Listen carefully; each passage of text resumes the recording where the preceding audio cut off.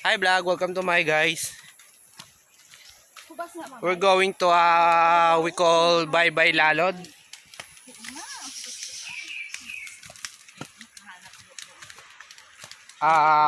Kasama ko yung sister ko with my mom.